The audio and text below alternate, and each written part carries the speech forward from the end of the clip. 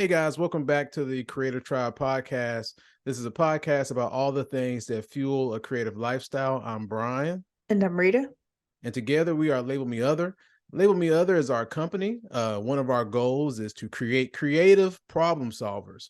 If this sounds like something that you're interested in, then head over to our TikTok, search for Label Me Other, and join our creative tribe. We post over there daily. And if you like the podcast, give us a like or a follow. We Sure.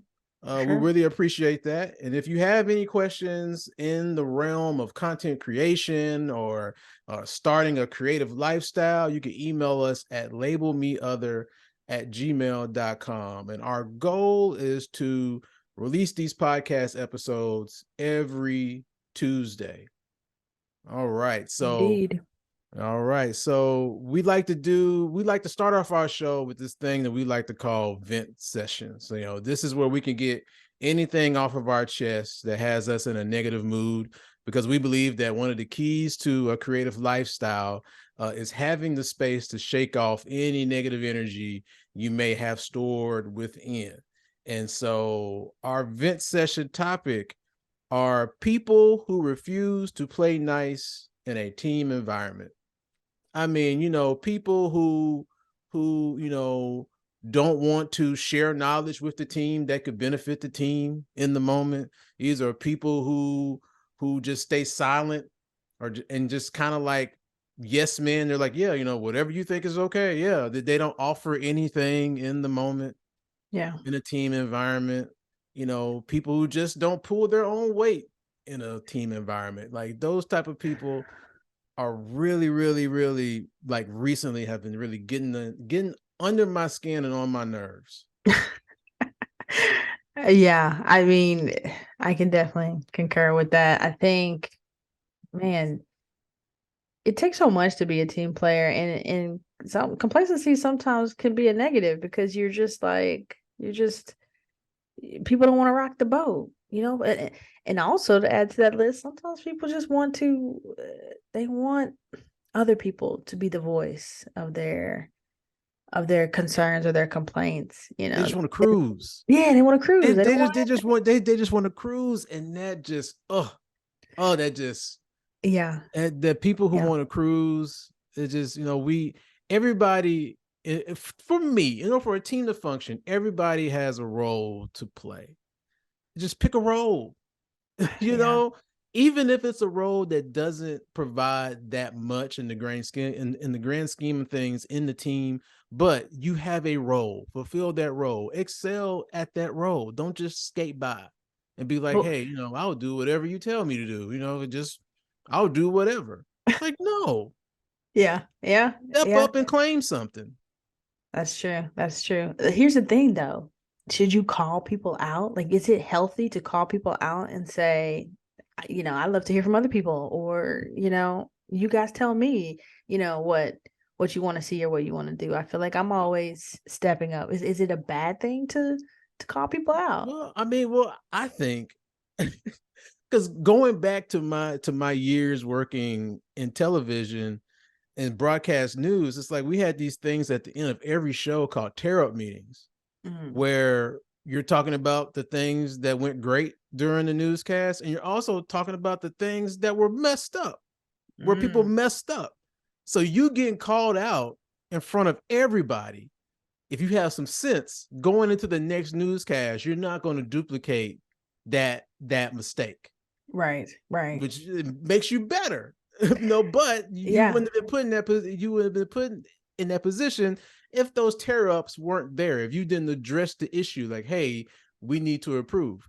yeah. I think like that worked in the broadcast television environment. Hmm. The environment that I'm in now, I don't know if that'll work. I think you would be called a bully. You would be labeled aggressive. You'd be labeled as a bad teammate for calling somebody out.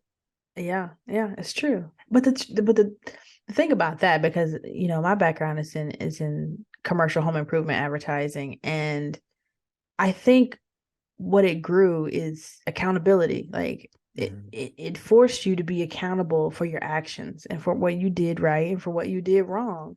And just as well as you could be shamed for messing up, you could be praised for doing something great or catching a mistake or, saving somebody from something else. And I think I can't speak for every creative environment, but at least the one I'm in too is it's very much so like you just there's no accountability for people not wanting to work. There's no accountability for you pressing forward. Like it's very much so like I'm gonna coast and let the strong-willed forge the way. Yeah. Like it's basically what it amounts to. So it definitely becomes overwhelming for sure, to say the least. And navigating it's tough. I mean, I've tried efforts where I'm like being as kind and as compassionate as I can be to deliver criticism that I was asked to give, not that I gave on Mhm. my own.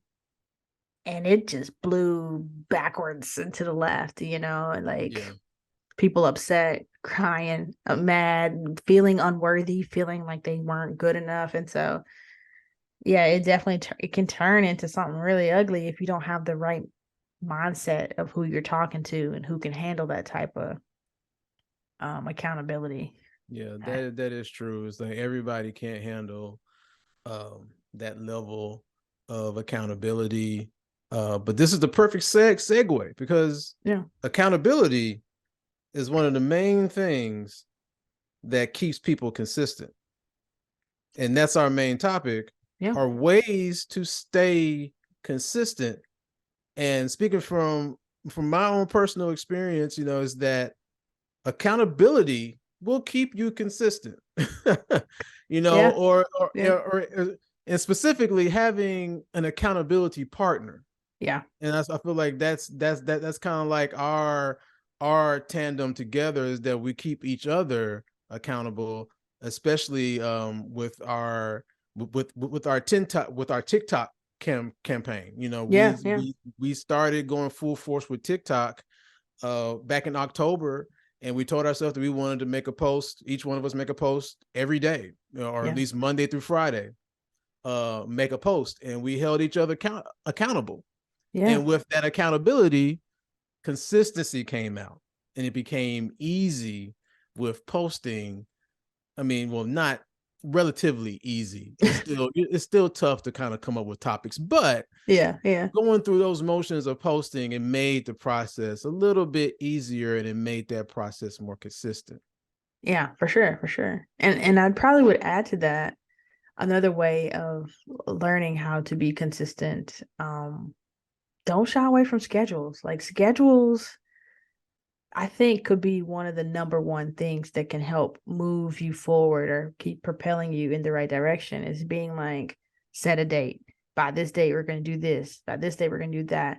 I mean, it just gives you an anchor point that you're pulling toward so that okay, I can't coast on this for too long because my deadline's coming up. Mm-hmm. So, I mean, I think if you're trying to stay accountable, you're trying to find ways to get your goals accomplished, absolutely break it down into steps.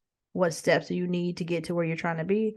And then some set dates for each one of those steps so that you can just keep moving forward in the right direction, and not regress back. Yeah, that's something that I struggle with, is with the scheduling aspect, because I'm the type of person I kind of want to leave the door open for those moments that you don't really plan for. Mm-hmm. And sometimes I think that strict scheduling can kind of like hold you down and kind It's, of it's stifle supposed create. to. Well, I mean, I feel like it could kind of stifle creativity, because if you have this set plan, that's what I always say. Leave the door open to like pivot. It's like the Sure. scheduling is great, but it's like, please leave the door open to redirect if you need to. But yeah, but that's something that I struggle when it comes to consistency, is just the scheduling. Yeah. I don't know why though, but yeah. Yeah. I mean, hey, I mean, deadlines add a little bit of pressure to everything, even in our 9 to 5, it's like, work is, you tack a deadline on it, and then it becomes like, okay, let me figure out where I'm putting this into my current stuff I have going so that I can make Mm-hmm. room for it.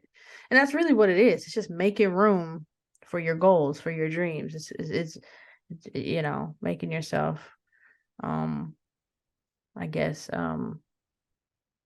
aligning yourself with what you're trying to do. But I get what you're saying. You don't want to stifle it down. But me, I'm always like, hey, you get to the deadline and you see like, hey, need more time or need this or that, or I was thinking maybe we should pivot here, then that's the time to do it, Mhm.